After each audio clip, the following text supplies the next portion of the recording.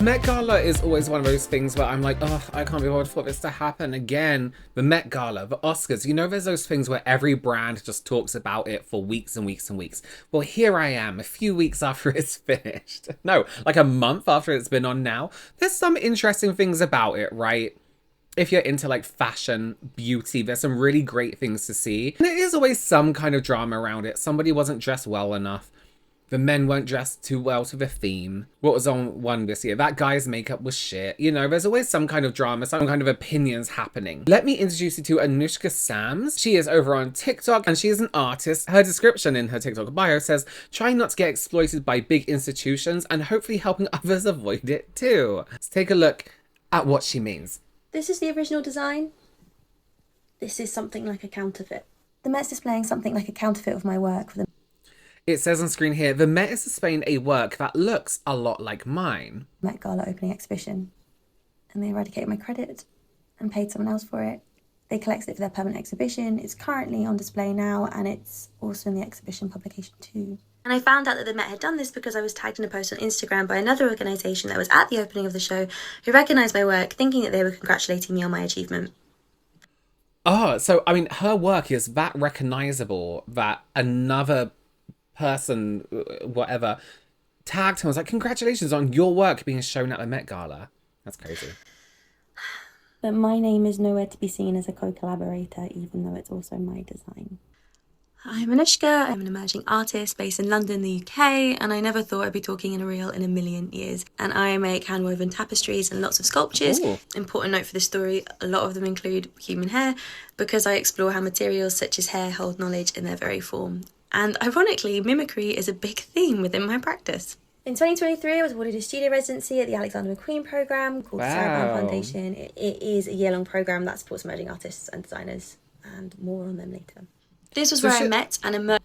So she's doing incredibly well, and you know, her work is recognisable. That's good. Fashion designer. They asked me to hand weave textiles for several pieces of their 2023 autumn-winter collection, and this dress is what was born out of that collaboration. Incredible. It was presented at the Sarah Brown Foundation, and in 2025 the Met asked to collect it for their permanent collection, as well as it included in the annual fashion exhibition which opens the Met Gala.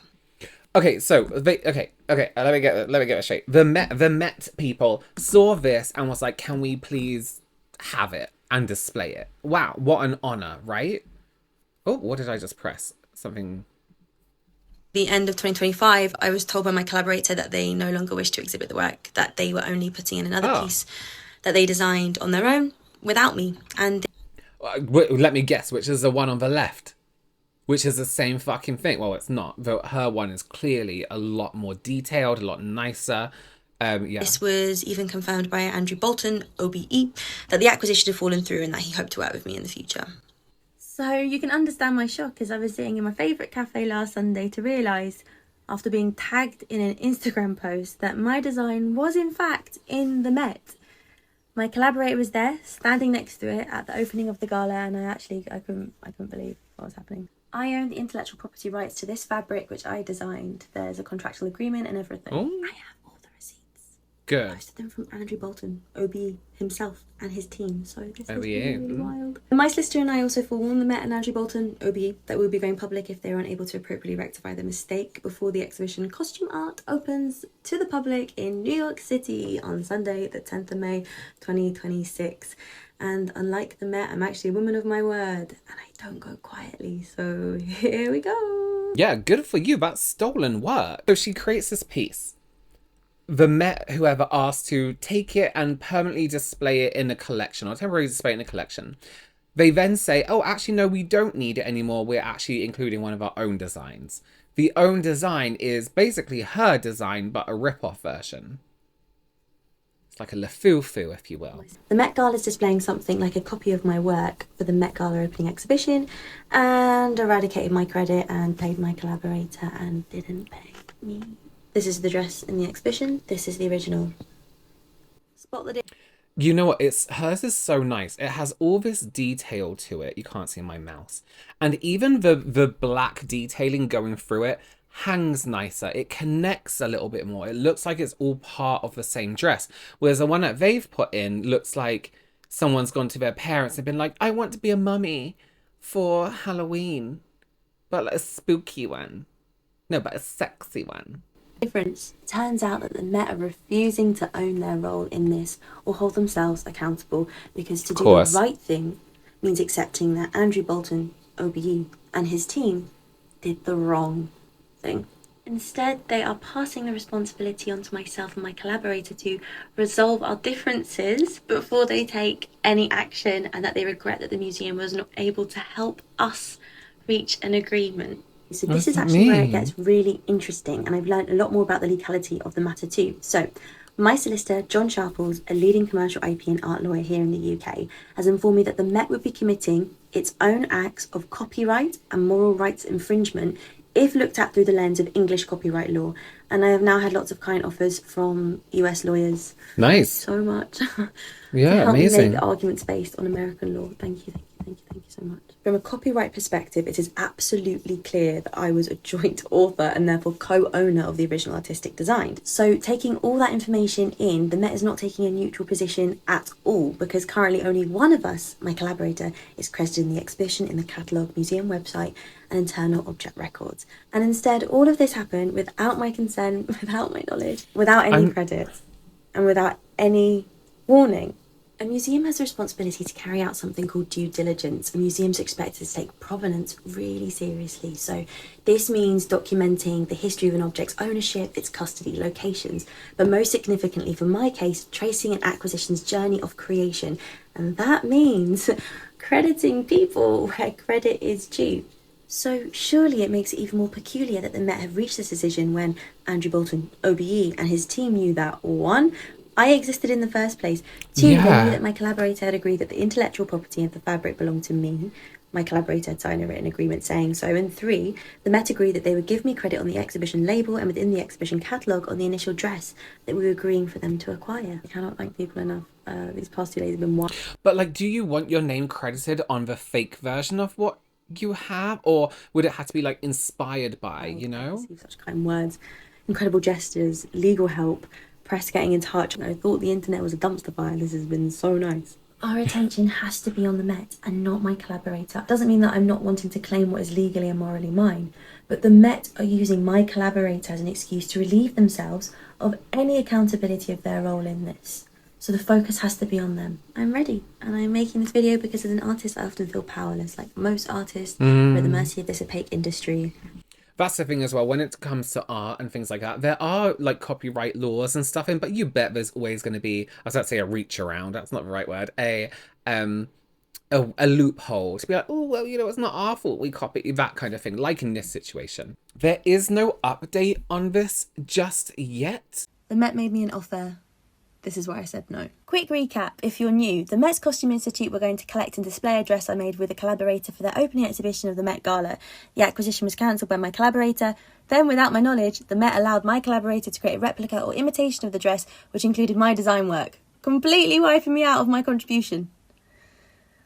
It is wild. To rewind a bit, I was previously unaware that I could publicly share the offer that was made to me, but I've discussed it with a few people who agree that transparency is important and helpful. So in order to grant me my credit on a version of a dress I'm not happy to put my name to anyway, and a payment of $1,329, which is what I originally quoted as the cost of my labour to produce a remake of the original, I would need to release my collaborator from any claims I might have anywhere, forever, in relation to the original design.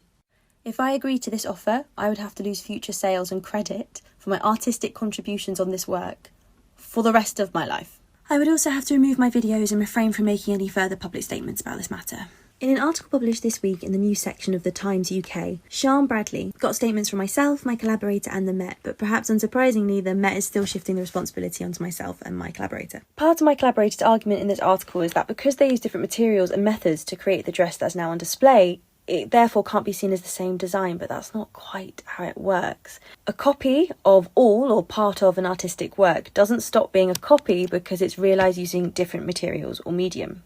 This includes the compositional elements around the placement of material, their proportions, how they are spaced, how the clumps of hair fall vertically or are pulled horizontally, the sort of visual decisions I make both in preparatory sketches and then intuitively on the loom as I weave in order to build up a composition I'm happy with, a composition that is mirrored in this iteration of the dress currently displayed in the Met.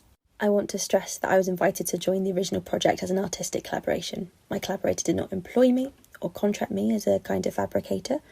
I did not get paid. I was not asked to produce a piece of fabric for their pre-designed collection or garment.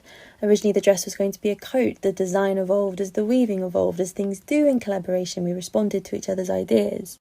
And this is something that I'm actually very grateful the Times article actually picks up on. Sian Bradley references an earlier article which was published in Flanell magazine's 34th edition. In the Flanell article, my collaborator says they let go in the process of collaboration and that they wanted to work with me due to the unique aspects of my practice. And this is also what makes it really sad, because that's also the recollection that I have. I made significant original and creative authorial contributions to the material and therefore to the design of the dress. And the creative side of our collaboration was really natural, as he said in Flanell. So it is surprising to read now that he would tell the Times that I was just following his creative direction, because it did feel like a real fusion and reflection of our individual practices coming together into one piece, as he calls it in artwork. And because of that, it was something that I was really proud of. I'm obviously not claiming any rights to the materials or fabrication methods used for the remake. The point is that if subsequent iterations of the dress reproduce a substantial part of the original co-author design, then that requires the permission of the other co-author. I do find it difficult to believe that this was not obvious to the Met, the expert authority in this situation.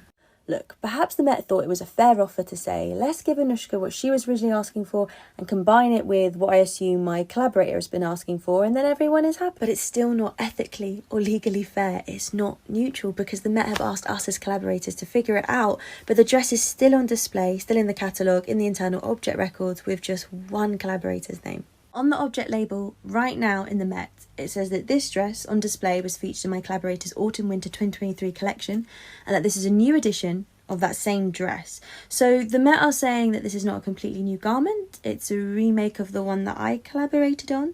So then why am I not on the label?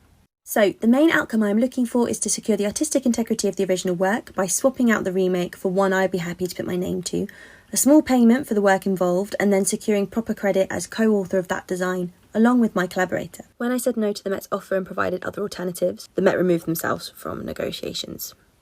And this is where we're still at. And I believe a museum, as an example of due diligence and protector of artistic endeavour, should be encouraging artists to protect their creativity, develop it further in meaningful ways, and most significantly, support us to advocate for ourselves and each other by helping us to understand our rights. Let's hope there won't be a part 4 and that the Met will do the right thing. But until then, wish me luck. It must feel kind of hopeless when you're going up against big institutions like that with like money, and then you're just, you know, and then it's just you.